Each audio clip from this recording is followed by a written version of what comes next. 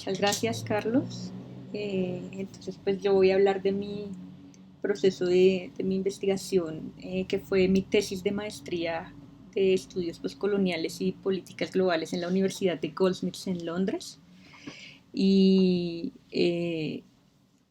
cuando comencé a estudiar esta maestría, habían pasado ya 2 años desde la firma del acuerdo de paz entre el gobierno y las FARC-EP, que prometía poner fin a más de 5 décadas de conflicto armado interno en Colombia. Pero como era de esperarse, esta promesa era imposible de cumplir porque las transiciones políticas son complejas, el conflicto armado no solo era entre esos dos actores y existía un choque epistemológico entre la población. La población estaba dividida entre dos formas de comprender el mundo. Entonces, durante estos 2 años, un fenómeno social estaba sobresaliendo, el asesinato a líderes sociales. Y fue allí que comencé a investigar sobre este tema y que lo elegí como mi tema de tesis. Entonces les voy a compartir una presentación que hice.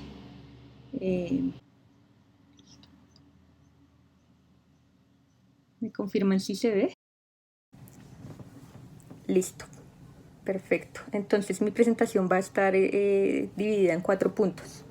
En primer lugar, un contexto de este fenómeno. El segundo, voy a explicar la teoría de la necrocolonialidad, que fue a la que llegué en mi investigación. En un tercer momento voy a explicar el fenómeno del asesinato de líderes sociales en Colombia y por último voy a dar unas conclusiones.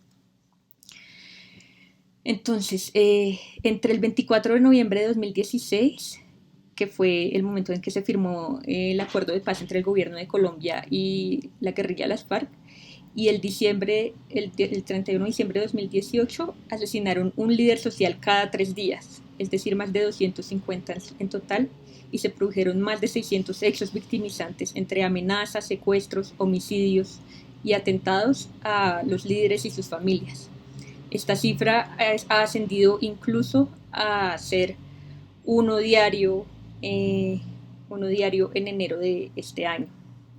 Aunque en medios, ONGs, think tanks y ámbitos académicos se ha intentado explicar este fenómeno por motivos propios de la coyuntura, como el retiro de las FARC de los territorios, la presencia de economías ilegales o la dificultosa implementación del acuerdo de paz debido principalmente al cambio de gobierno, yo quería darle a este fenómeno una mirada más general y más sistémica, haciendo uso de las herramientas teóricas que estaba aprendiendo en el campo de los estudios postcoloniales y decoloniales. Entonces me hice 2 preguntas principales de investigación.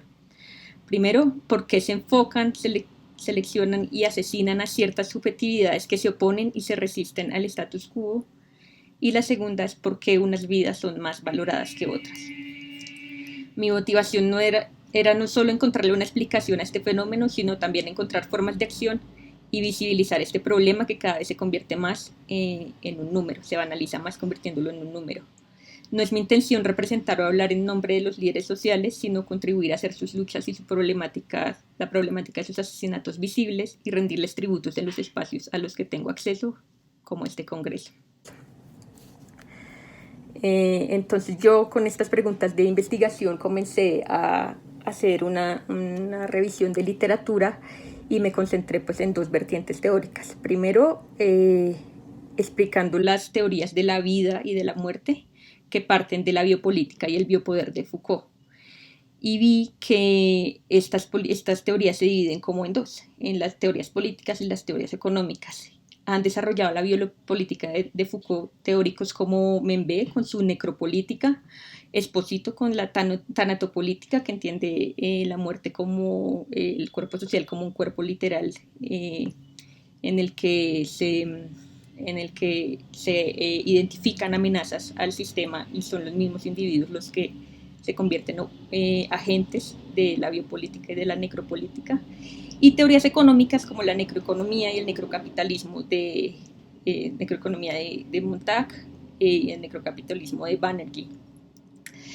Sin embargo, yo veía en estas teorías y leyendo pues mucho sobre lo que se ha teorizado de la vida y de la muerte, que en muchas de ellas omitían y hacía falta el tema colonial, que muchos de estos analizaban los fenómenos desde una perspectiva eurocentrista y que no le daba la importancia al tema colonial, y pues yo viniendo de los estudios postcoloniales y teniendo una fuerte influencia de teorías de colonialidad de Aníbal Quijano, Walter Mignolo y Boaventura de Sousa Santos,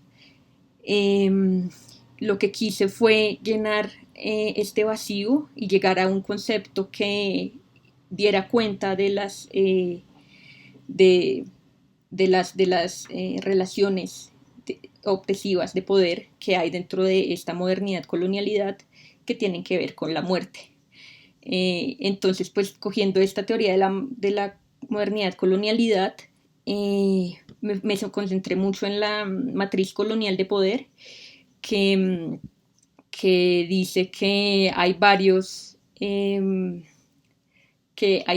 dominios en los que se hace un control colonial: los dominios de la economía, del género y la sexualidad, del conocimiento, de la subjetividad y la naturaleza, y todo esto se apoya en jerarquías raciales, de género y patriarcales. Y yo en esa matriz colonial de poder vi cómo políticas de muerte son avanzadas en cada uno de estos dominios.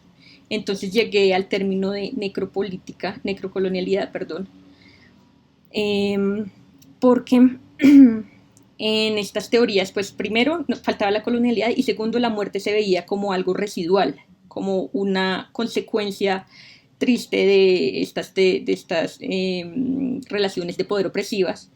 Pero lo que yo intento argumentar en mi artículo es que se debe repensar la muerte no como un efecto secundario o como una desafortunada consecuencia de la colonialidad y del neoliberalismo, sino como una parte constitutiva de la misma. Es decir, yo teorizo la necrocolonialidad como el uso de la muerte como una herramienta para la reproducción de la modernidad colonialidad y del neoliberalismo. Dentro de este marco teórico, entonces, vemos la muerte no como algo residual, sino como una parte importante para la reproducción del mismo sistema moderno colonial y del neoliberalismo como la última y más actualizada narrativa de la modernidad que estamos viviendo en este momento. Entonces, con este marco teórico yo hago un recorrido histórico a través de la historia de Colombia y la divido en 3 momentos. Y hago este recorrido histórico viendo cómo la violencia y la muerte han estado presentes en la historia de Colombia desde que llegaron pues, los españoles al país hasta ahorita.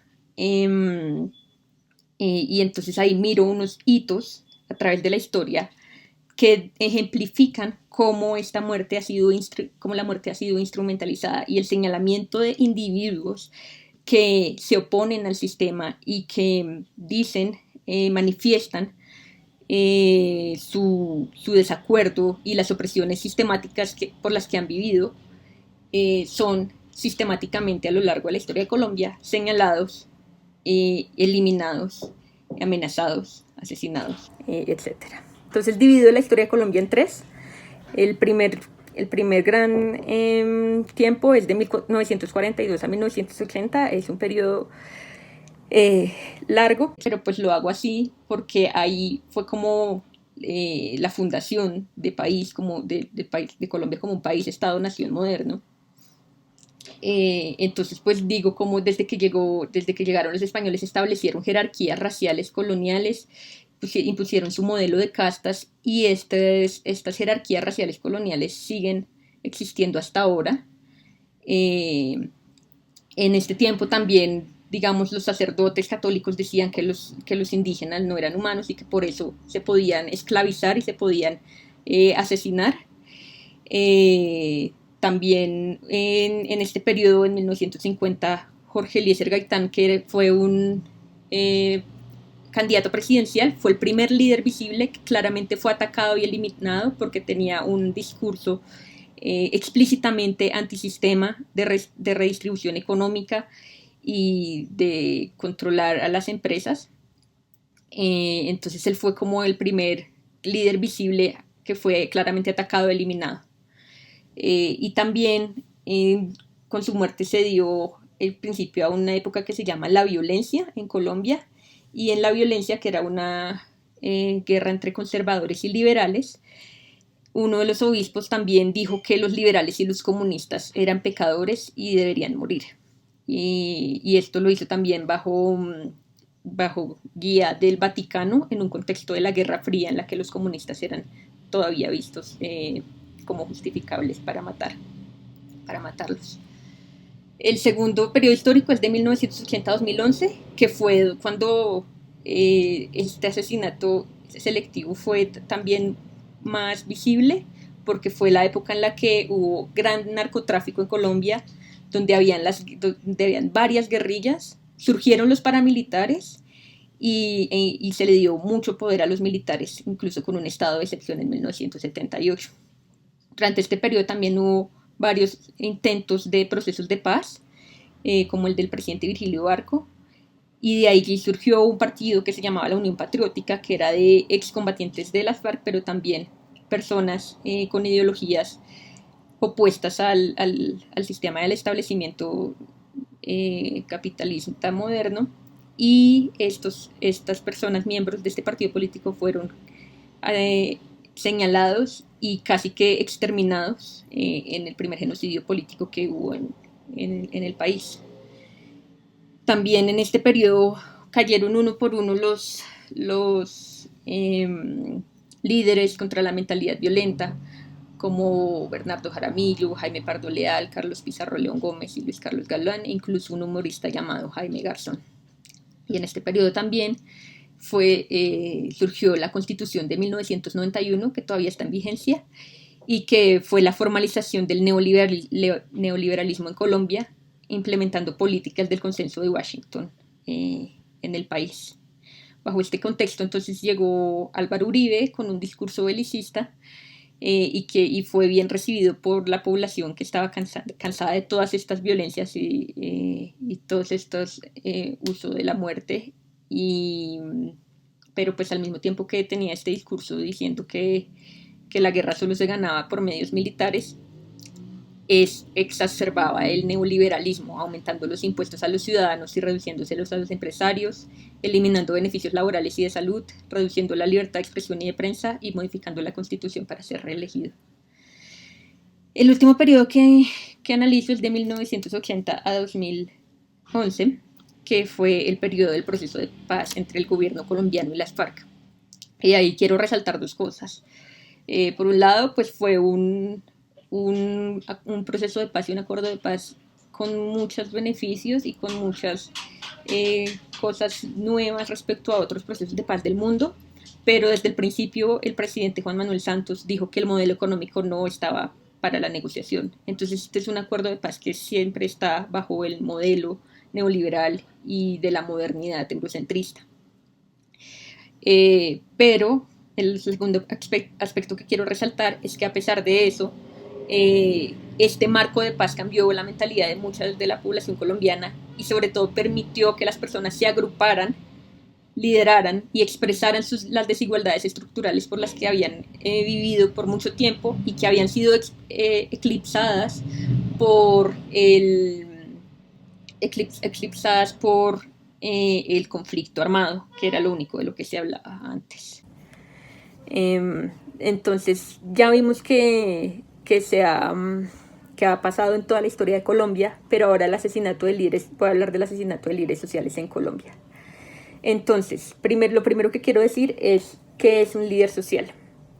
Hay una controversia sobre qué es, hay diferentes, digamos, conceptualizaciones, pero yo tomo la definición de que el estado de liderazgo se resume en dos condiciones: la actividad que desarrolla y el reconocimiento de sus comunidades. Y lo hago así porque es una definición un poco más amplia que solo defensores de derechos humanos.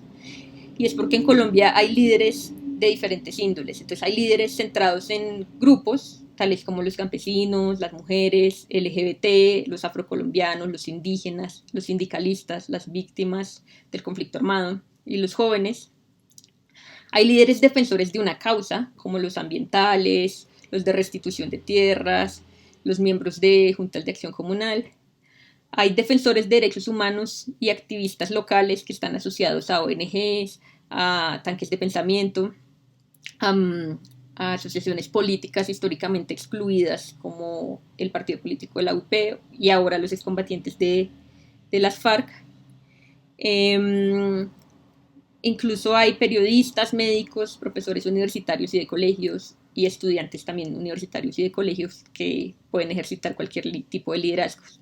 Sin embargo, como los individuos mismos, ellos muchas veces no ejercen solo un tipo de liderazgo y son interseccionales. Entonces puede haber una mujer indígena líder de restitución de tierra que sea miembro de una junta de acción comunal y ahí ejerce 4 o 5 tipos de liderazgo que la hacen incluso más visibles. Lo que quiero resaltar del asesinato de líderes sociales en Colombia es que, pues como vimos, no es algo nuevo, pero lo que es nuevo es que el régimen epistémico neoliberal de la modernidad colonialidad está en un punto muy exacerbado que otorga primero un modelo extractivista en el cual la tierra solo es un recurso natural que se puede explotar y que se puede despojar, quitar de comunidades indígenas y comunidades nativas para la explotación y la ganancia de capital. Y que además este régimen epistémico otorga diferentes valores a las personas de acuerdo a su posición racial, de género y económica que vienen desde la época colonial. Además, lo otro que es nuevo es que hay una ausencia de guerra civil formal entre dos actores, aunque todavía pues hay muchos actores como disidencias de las FARC, otras guerrillas e incluso el cartel de Sinaloa de México ha llegado a Colombia a tomar territorios vaciados por las FARC. Y en este momento pues hay una reconfiguración del Estado en este contexto que quiere retomar los territorios. Por un lado eso, y por otro lado pues hay un contexto internacional cada vez más favorable a la explotación y al asesinato de líderes. Y esto puede explicar la situación.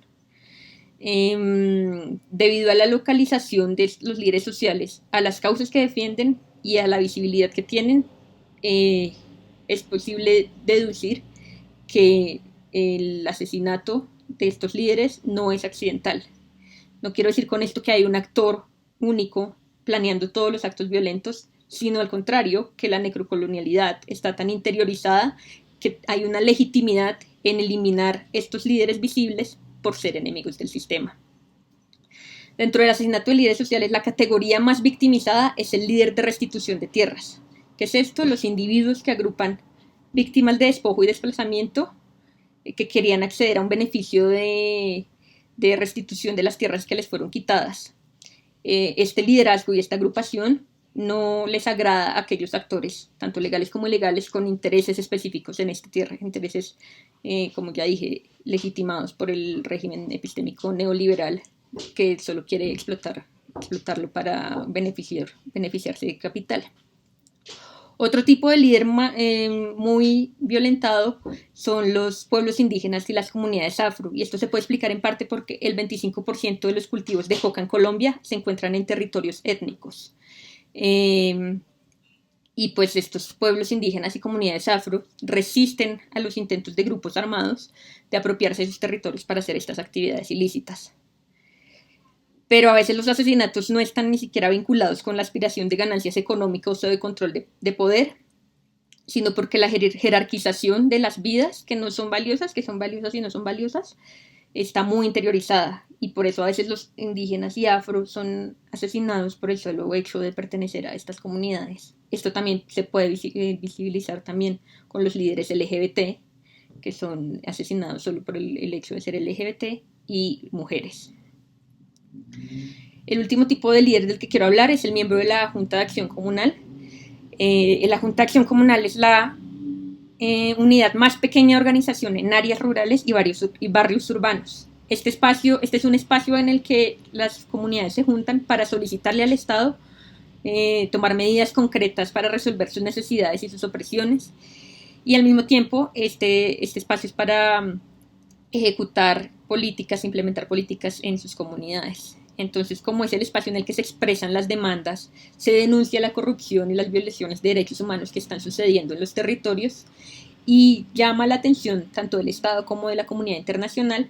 Esto amenaza los intereses de políticos locales, actores armados y narcotraficantes que pueden ver como legítimo exterminarlos. ¿Cómo ha sido la respuesta del Estado? Entonces el Estado, voy a hablar como en nombre de sus mandatarios. El gobierno Santos no reconocía la sistematicidad de los asesinatos, diciendo que si los mataban era porque había un lío de faldas, es decir, temas de infidelidad, que ellos veían como cosas privadas. Y ese era pues el presidente de La Paz. Ahora con el nuevo presidente que es Duque, que es muy de derecha, él discursivamente en escenarios internacionales en donde estaba obteniendo o pidiendo recursos económicos, él discursivamente dice que su gobierno ha reducido las cifras y esto ha sido controvertido por ONGs como de justicia e incluso Human Rights Watch. Por otro lado, el Duque y su gobierno y su partido político no reconocen que en Colombia haya habido conflicto armado. Entonces ellos dicen que en Colombia lo que hay es un narcoterrorismo. Y esto lo que hace es estigmatizar a los líderes sociales, criminalizarlos bajo el marco teórico de que son castrochavistas y narcoterroristas y que por eso también es legítimo no defenderlos. No estoy diciendo que el Estado los mate, pero los está ignorando. Y su respuesta es implementar institucionalmente implementar sus políticas como el Plan de Acción Oportuna o PAO, que lo que hace es militarizar más los territorios. Entonces su respuesta es ignorar por un lado y también aumentar la represión militar en los territorios, que no soluciona el problema. Entonces, ¿cuáles son los hallazgos de mi investigación? Y voy a resumirlo como en 6 conclusiones. La primera es que la muerte siempre ha sido un vehículo para el mantenimiento y la reproducción del status quo basado en la colonialidad. Las personas vistas como amenazas siempre han sido objetivo a lo largo de la historia de Colombia. Hemos visto cómo líderes políticos sociales, desde candidatos presidenciales a campesinos, a incluso humoristas y periodistas, han sido aniquilados uno tras otro. Y no por un solo actor, sino por esta mentalidad y esta interiorización de ver su eliminación como legítima. Mi segunda conclusión es que una forma de rendirle homenaje a los líderes sociales es no olvidar las razones por las que perdieron la vida, reconocer la sistematicidad de sus asesinatos y el carácter estructural de la violencia y los asesinatos selectivos en Colombia más allá del conflicto armado. Y aquí lo que quiero resaltar es que los líderes sociales están haciendo unas luchas decoloniales. Ellos dan voz a las opresiones sistemáticas que han vivido a lo largo de la historia e instan a la desobediencia epistémica, que es lo que nos dicen los autores del decolonialismo, de la decolonialidad, que hagan. Ellos ejercen la desobediencia epistemológica oponiéndose materialmente, no solo ideológicamente, sino en sus acciones, con su cuerpo y con sus comunidades, a las lógicas extractivas y de explotación del neoliberalismo. Y esto es lo que les molesta a las personas. Tercera conclusión, lo importante no es quién está matando, sino por qué. ¿Cierto? Entonces, dentro de los actos violentos contra los líderes sociales es posible ver ciertos patrones. El control de la tierra sigue estando en el centro de los conflictos, en la etapa posterior del acuerdo, como estaba en el conflicto armado y como estaba como estaba desde la época colonial. La mayoría de los asesinatos se llevan a cabo cerca de la casa de los líderes, lo que evidencia una planificación previa. Entonces lo que yo argumento en mi conclusión es que los líderes son asesinados porque son individuos importantes y visibles, y al quitarles su vida no solo se detiene en su resistencia, sino también se envía un mensaje amenazante y aterrador a sus comunidades. Mi argumento es que una vez un individuo se convierte en un líder, al manifestar y movilizar a sus comunidades contra el sistema de explotación y opresión, el régimen epistémico y los sujetos producidos por la modernidad dictan que es legítimo quitarle la vida para proteger la existencia de la estructura neoliberal y moderna. La cuarta conclusión es que la respuesta estatal es defender al sistema, tanto ignorando como aumentando la represión. el Estado, representado tanto por Santos como por Duque, no ha reconocido la sistematicidad y los patrones de los asesinatos, y esto solo hace que se posibilite la reproducción de este fenómeno. Mi quinta conclusión es que este no es un problema colombiano, sino global. Hemos visto en los últimos años cómo ha habido un giro a la derecha, cómo han elegido a mandatarios como Donald Trump, Boris Johnson y Jair Bolsonaro, que representan la defensa feroz del neoliberalismo. Y en estos años se ha visto cómo los avances logrados por comunidades e individuos resistentes están siendo atacados y eliminados.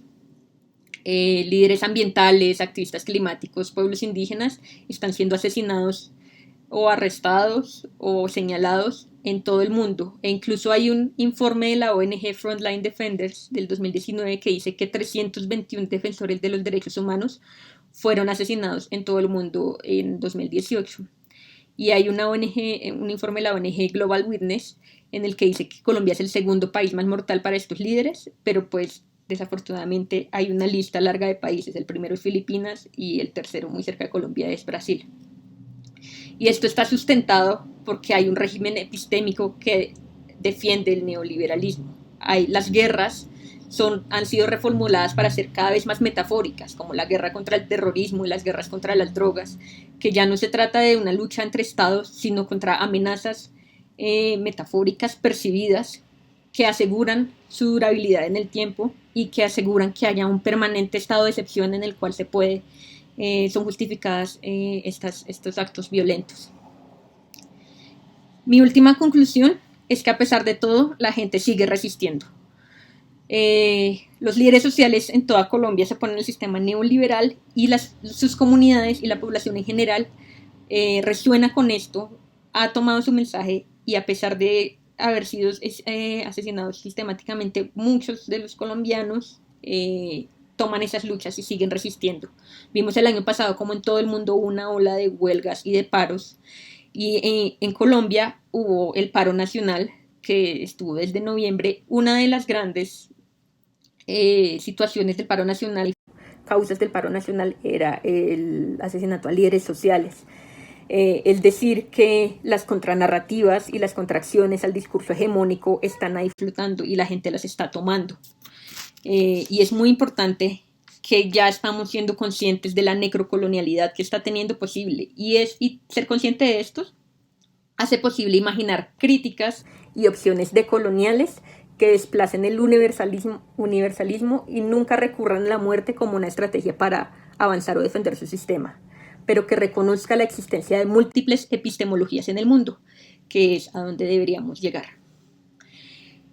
Quiero cerrar mi presentación invitándolos a seguir pensando en este fenómeno y en este marco teórico. Esto fue solo mi intento en una investigación de 6 meses de acercarme a esta problemática que, como ya dije, no solo es de Colombia, sino del mundo. Y siento que sí, que todos deberíamos intentar entrar en esta mentalidad de decolonizar nuestro conocimiento y decolonizar nuestras acciones y pensar siempre bajo estos términos, temas tan cercanos como la vida y la muerte. Entonces quiero cerrar esta presentación invitándolos a seguir reflexionando. Este puede ser solo el primer paso de futuras investigaciones que pueden ser aplicadas en otros contextos. Muchas gracias.